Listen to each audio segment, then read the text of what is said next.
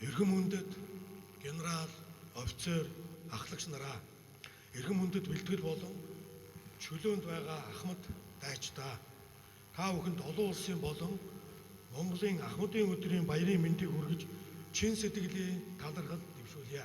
Олон зуун жилийн баатарлаг түүхтэй Монгол улсын тусгаар тогтнол, эрх чөлөө, нутаг дэвсгэрийн бүрэн бүтэн байдлыг хамгаалах улс орныхоо бүтээн байгуулалтанд оролцох зэвсэгт хүчнийг хөгжүүлэх их үйл хэрэгт үе үеийн ахмад дайчдын оруулсан хувь нэмэр үлэмж их билээ. Өчигдөргүй өнөөдөр гэж байдаггүйтэй адил өнөөдрийн Монгол улсын зэвсэгт хүчний хөгжлийн нүүр царай өнгө төрхөн цэл залуу нас ухамсарт амьдралаа эх орноо батлан хамгаалах үйл хэрэг зориулсан эрхэм ахмадууд та бүхний нөр их хөдөлмөр хичээл зүтгэлийн үр дүн юм а. Баяр хүргье. 1990-ад оноос эхэлсэн шинжлэлийн бодлогын агуулга нь нийгмийн шин тогтолцоонд нийцсэн үндэсний аюулгүй байдлын үзэл баримтлалыг төлөвшүүлж төрийн батлан хамгаалах бодлогыг цоо шинээр тодорхойлох, батлан хамгаалах нэгдмэл тогтолцоог бүрдүүлж цэргийн номлол, зэвсэгт хүчний байгуулалтын зарчмыг шин нөхцөл байдалд зохицуулан боловсруулах, зэвсэгт хүчний бүтэц зохион байгуулалтанд зарчмын өөрчлөлт, шинжилгээ хийх зэрэг олон талд өргөн зар хүрээтэй үйл явц байсан бөгөөд одоо ч гэсэн энэ үйл явц үргэлжилж байна.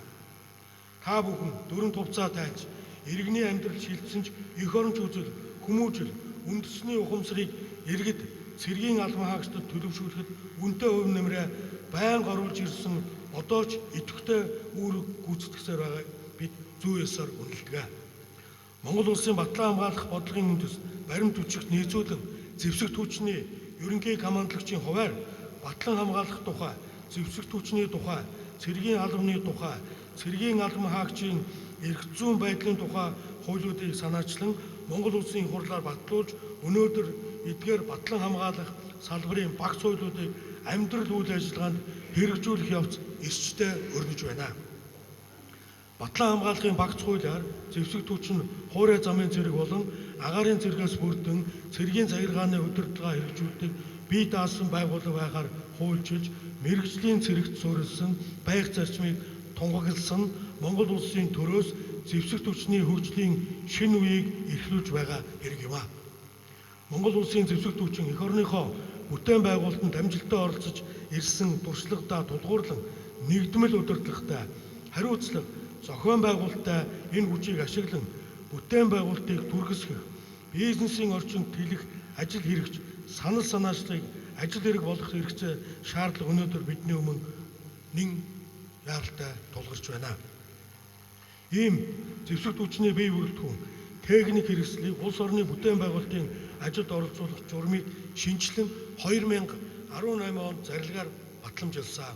Энэ журам хэрэгжиж үр дүнгөө өгч эхлээд байна. Монгол улс түүхэнд анх удаа газрын тосны боловсруулах үйлдвэртэй болох бүтээн байгуулалтын ажлыг Дорногов аймгийн Алтан ширээн суманд ойг цэвэрлэн ойн санг хамгаалах, эрүүлжүүлэх, төлөв байдлыг сайжруулах ажлыг Төв аймгийн Мөнгөр мөрд сумын нутгаас эхлүүлж, Дорнод аймгийн Халахгол суманд шинэ сум төслийн бүтээн байгуулалтын ажилд зэвсэгт хүчний албан хаагчид байна амжилттай оролцож амжилттай биелүүллээ. Мөн баяр хүргье. Түүнчлэн Монгол улсын стратегийн ач холбогдол бүхий 5 толгой зүүн баян чиглэлийн төмөр зам барих ажлыг шинээр байгуулагдсан хээрийн 7781, 77, 82 дугаар ангиуд амжилттай эд гүйцэтгэж байна. Цаашдаж бид улс орныхоо бүтээн байгуулалтын ажилд зэвсэгт хүчний үүрэг оролцоогоо өсөн нэмэгдэх нь гарцаагүй гэж дүгнэж үзэж байна. Төр засгаас ахмад насны нийгмийн хамгааллыг сайжруулах талаар Дестарато олон чухал арга хэмжээ авч байгаагийн дотор эдгүүрийн зүрийг ойртуулах, хэмжээг нь нэмэгдүүлэх, халамж үйлчлэгээний хүрээг өргөх талаар ихээхэн анхаарч тодорхой шийдвэр гарган хэрэгжүүлж байна. Түүнчлэн түүхтэй тэмдэглэлт өдрүүдийг улс орон даяар тэмдэглэн өнгөрүүлэх ажлын хүрээнд энэ жил халахын голын байлдааны түүхт ялтын 80 жилийн ойг тэмдэглэн өнгөрүүлэх арга хэмжээний хүрээнд дайн байлдаанд оролцсон ахмад дайчдын гавьяаг сурталчлан алдаршуулах, нийгмийн дэмжлэг тусалцааг үзүүлэх ажлыг улс орны хэмжээнд зохион байгуулж амжилттай явуулсан билээ. Өнөөдөр манай ахмадуудын амьдралын төвшин харилцан адилгүй.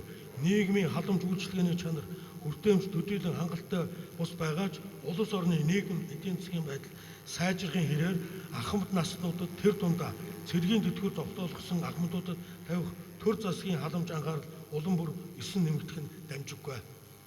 Та бүхэн гавьяаныхаа амралтанд гарсан ч гэсэн нийгмийн идэвхтэй гишүүн байж өсвөр үе залуучуудад эх оронч үзэл хүмүүжил төлөвшүүлэх, ариун баялаг туршлагаа өвлүүлэх үйл хэрэгт үнэтэй хөв нэмэр оруулсаар байгааг онцлон тэмдэглэхэд мөн таатай байна.